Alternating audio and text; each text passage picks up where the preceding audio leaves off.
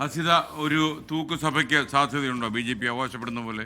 അങ്ങനെ ഒരു സാധ്യത ഞാൻ കാണുന്നതേയില്ല. എന്ന് മാത്രമല്ല, ഈ സീറ്റെണ്ണം വർദ്ധിപ്പിച്ചുകൊണ്ട് ഏതെങ്കിലും ഒക്കെ നിലയിൽ കേരളത്തിൽ ഒരു പ്രധാനപ്പെട്ട കക്ഷിയാകാൻ കഴിയുമെന്നുള്ള അവരുടെ പ്രതീക്ഷയുണ്ടല്ലോ, അതും നടക്കാൻ പോകുമെന്ന് ഞാൻ കരുതുന്നില്ല. പക്ഷേ അവർ പിടിക്കുന്ന വോട്ട്, ആ വോട്ടിംഗ് പെർസെന്റേജ് എത്രയാണ് എന്നുള്ളത് മറ്റ് മുന്നണികളുടെ ജയസാധ്യതയെ എങ്ങനെ ബാധിക്കുമെന്നുള്ളത് പ്രധാനമാകുമെന്ന് ഞാൻ കരുതുന്നു.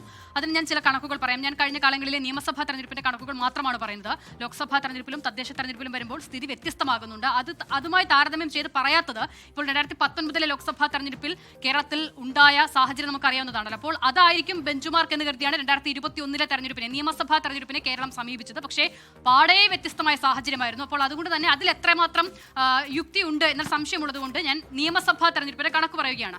നോക്കൂ, BJP ആദ്യമായി 5% മുകളിൽ വോട്ട് പിടിക്കുന്നത് ഒരു നിയമസഭാ തെരഞ്ഞെടുപ്പിൽ 2011 2011 അവർക്ക് 6.06% വോട്ടുണ്ട്. അന്ന് LDFന് 44.94, UDFന് 45.83. ഇങ്ങനെയാണ് 2011 വോട്ടിംഗ് ശതമാനം.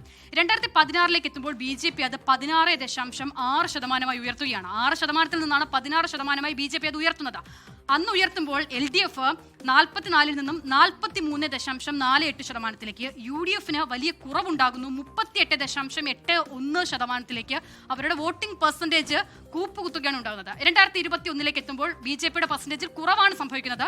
16 നിന്നും അവർ 12.41 അവർക്ക് കുറയുന്നുണ്ട്. പക്ഷേ എങ്കിലും BJP പോലൊരു രാഷ്ട്രീയ കക്ഷി വെച്ച് നോക്കുമ്പോൾ ഭേദപ്പെട്ട പ്രകടനം അവർക്ക് കാഴ്ചവെക്കാൻ സാധിക്കുന്നുണ്ട്. ആ തെരഞ്ഞെടുപ്പിൽ മറ്റ് രണ്ട് മുന്നണികളുടെ പെർഫോമൻസ് എങ്ങനെയാണ്?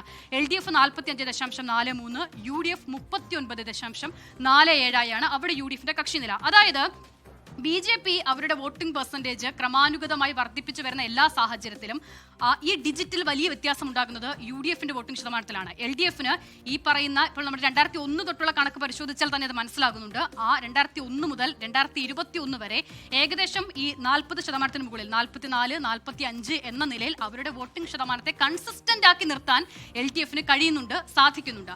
അത് സ്വാഭാവികമായും ഈ തെരഞ്ഞെടുപ്പിലും ആവർത്തിക്കുമെന്നുള്ളതാണ് എക്സിറ്റ് പോളുകൾ വരുമ്പോഴുള്ള കണക്ക് വെച്ച് നമ്മൾ പരിശോധിക്കുമ്പോൾ മനസ്സിലാകുന്നത്.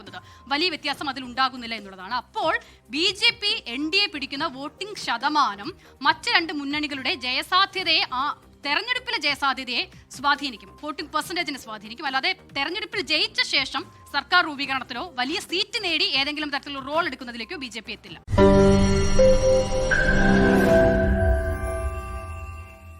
ലോകത്തെവിടെയായാലും ഏത് സമയത്തും 24 വാർത്തകളും ഓഗ്മെന്റഡ് റിയാലിറ്റി പാക്കേജുകളും എക്സ്പ്ലെയിനറുകളും വിശദമായി കാണാൻ ഞങ്ങളുടെ YouTube ചാനൽ നിങ്ങൾക്ക് സബ്സ്ക്രൈബ് ചെയ്യാം.